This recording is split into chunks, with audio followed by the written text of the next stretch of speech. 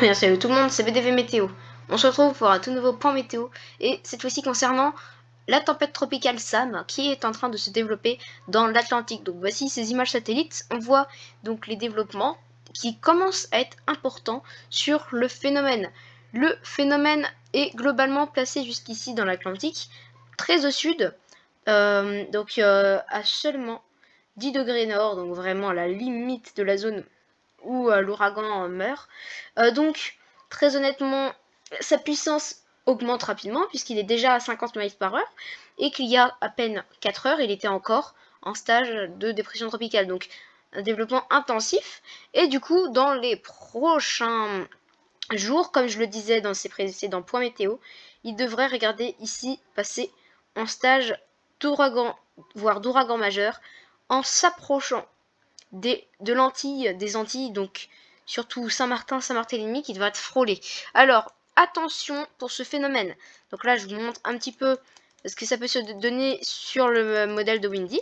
Donc comme vous le voyez, le phénomène se rapproche quand même dangereusement du nord des Antilles, avec une puissance quand même relativement soutenue. Ça reste encore d'ici environ une semaine, mais on peut déjà commencer à prévoir un risque d'ouragan sur Saint-Martin et Saint-Barthélemy. Il y a éventuellement des risques avant du coup que cet ouragan, regardez, frappe les terres vierges, enfin les îles vierges, et même regardez ici un petit morceau de des Bahamas qui ont un risque d'ouragan également. Donc cet ouragan, s'il serait plus au sud, il aurait fait beaucoup de dégâts. Là, il est à la limite, mais à la limite de la zone où il faut pas être. C'est vraiment limite. Niveau vague, ça va quand même être important s'il y a un phénomène comme ceci. Comme le voyez, si cela venait à arriver, les vagues, par exemple ici pour Saint-Martin, parfois pourront atteindre vraiment des valeurs de vagues vraiment élevées. Donc, effectivement, il y a un risque. Si le phénomène est plus par là, regardez, les vagues soient encore plus grosses. Donc ouais, après ça dépend des modèles. Alors, hop, on va faire l'accumulation de vent. Ça, donc, c'est d'après le modèle ECMF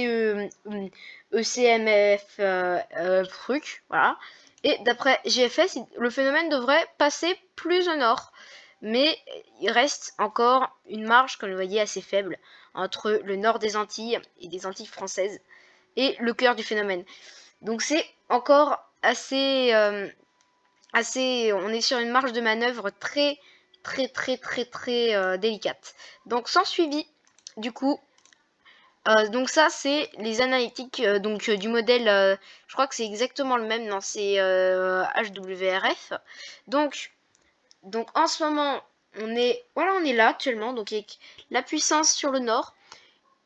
Apparemment, il devrait perdre le statut de tempête tropicale, même si je pense pas qu'il va le perdre de sitôt. Et regardez la puissance de ce phénomène. Là, il passera donc en ouragan majeur. Et regardez, jusqu'à 950 hectopascales. Donc, d'après la situation, bon, ça a un peu changé parce que là, on est déjà, on est déjà là, en fait, là, on est déjà à peu près cette puissance-là.